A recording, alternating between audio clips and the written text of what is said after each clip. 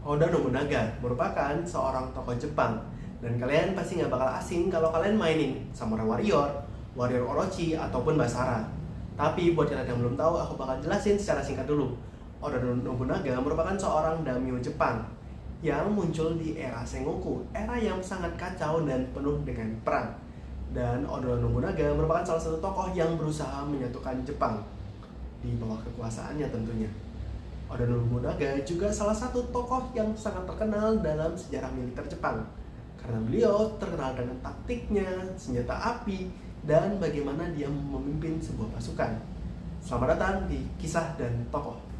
Sekarang kita bayangkan kita lagi ada di Jepang di abad ke-16, abad penuh kekacauan karena sedang berlangsung perang saudara yang sudah berlangsung hampir satu abad.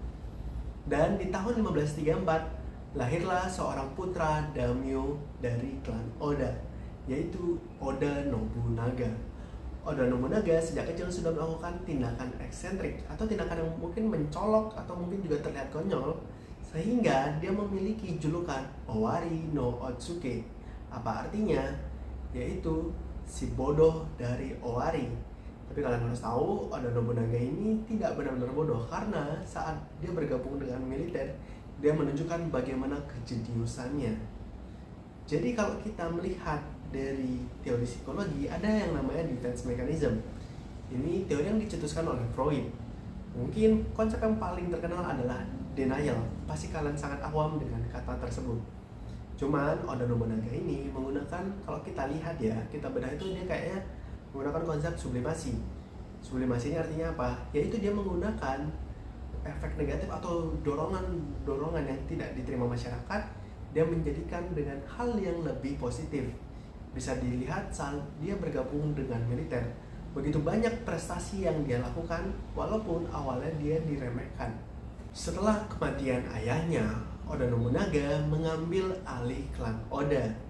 Tapi dia saat mengambil klan Oda ini tidak berjalan dengan mulus karena ada banyaknya pertikaian internal, sehingga banyak tantangan yang harus dilalui Oda Nobunaga untuk memimpin klan ini. Tapi Oda Nobunaga ini berhasil mengambil langkah yang strategis sehingga terlihat sangat hati-hati namun menunjukkan ketegasannya. Oda Nobunaga menggunakan kombinasi yaitu militer yang begitu inovatif dan dia juga membuat diplomasi yang begitu strategis, sehingga dia bisa memperkuat posisinya sebagai pemimpin klan. Selama Nobunaga memimpin klan Oda, ada begitu banyak momen yang terjadi. Salah satu momen yang paling terkenal dan krusial adalah momen di Perang Okehazama pada tahun 1560. Perang ini, klan Oda melawan klan Imagawa yang dipimpin oleh Yoshimoto. Dan selama perang ini, Nobunaga memiliki ketidakuntungan. Salah satunya adalah jumlah pasukannya. Jumlah pasukan Nobunaga hanyalah 3.000. Memang 3.000 itu jumlah yang banyak, tapi dibandingkan klan Imagawa, jumlahnya begitu jauh karena klan Imagawa memiliki 25.000 pasukan. Angka yang begitu drastis, bahkan sampai 8 kali lipat perbedaannya. Tapi Nobunaga bisa mencari sebuah solusi yang kreatif dan inovatif dengan memanfaatkan medan perang. Aku bakal jelasin secara singkat aja. Nobunaga di pagi hari, dia memulai perang dengan berdoa di kuil. Kemudian dia melanjutkan memberikan pesan semangat untuk pasukannya. Tapi di pesan itu datanglah sebuah hujan badai. Tapi dengan hujan badai ini, Nobunaga memanfaatkan kesempatan. Dia menggunakan hujan ini sebagai alat menuju kemenangan. Nobunaga mengambil langkah yang begitu berisiko. Nobunaga menuju camp utama. Dia mencoba menyergap camp utama. Tapi karena dengan adanya hujan, pasukan Nobunaga lebih sulit untuk dideteksi, sehingga Nobunaga bisa mendekati camp utama klan Imagawa. Dan Nobunaga memulai penyergapannya begitu hujan reda. Dengan penyergapan ini, klan Imagawa tidak bisa bersiap untuk melawan, sehingga Nobunaga bisa mengalahkan klan Imagawa yang membuat Yoshimoto dikalahkan. Sehingga momen ini juga membuat Nobunaga menunjukkan bagaimana kepintarannya dalam perang. Dan juga membuat sebelumnya kan di posisinya dia tuh agak gonjang-ganjing ya, atau kayak kurang stabil dalam memimpin klan Oda. Tapi dengan melakukan tindakan ini, Nobunaga dilihat sebagai pemimpin yang lebih disegani karena dia bisa memenangkan perang ini. Mungkin jika kita melihat gaya kepemimpinan Nobunaga, sepertinya dia adalah orang dengan gaya kepemimpinan transformasional. Apa artinya? Nobunaga tidak hanya berfokus pada tujuan, tapi Nobunaga juga berusaha merubah bawahannya, memberikan perubahan yang begitu signifikan. Salah satunya adalah penggunaan senjata api. Dengan tindakan Nobunaga, dia begitu terlihat sangat inovatif pada perang Jepang.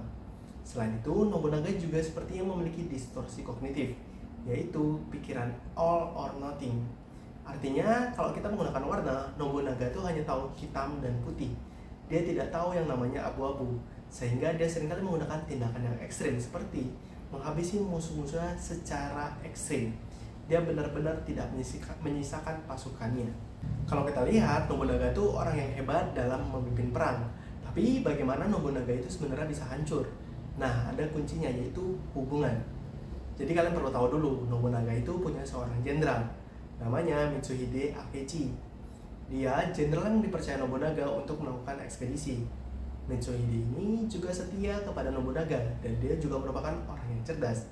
Tapi dengan seiringnya waktu, Nobunaga dan Mitsuhide mulai renggang dalam hubungan mereka. Karena Nobunaga itu seringkali memberikan keputusan yang begitu tegas, dan kesannya ini Nobunaga ini kayak nggak memperdulikan bawahannya. Dan salah satu momen yang katanya dianggap membuat Mitsuhide sakit hati adalah Nobunaga pernah mempermalukan Mitsuhide di depan umum, sehingga konon katanya ini yang membuat Mitsuhide menjadi sakit hati dengan Nobunaga. Sehingga Mitsuhide ini membuat sebuah siasat untuk mengkhianati Nobunaga yang dilakukan di sebuah kuil. Aku lupa namanya, tapi aku bakal cantumin namanya.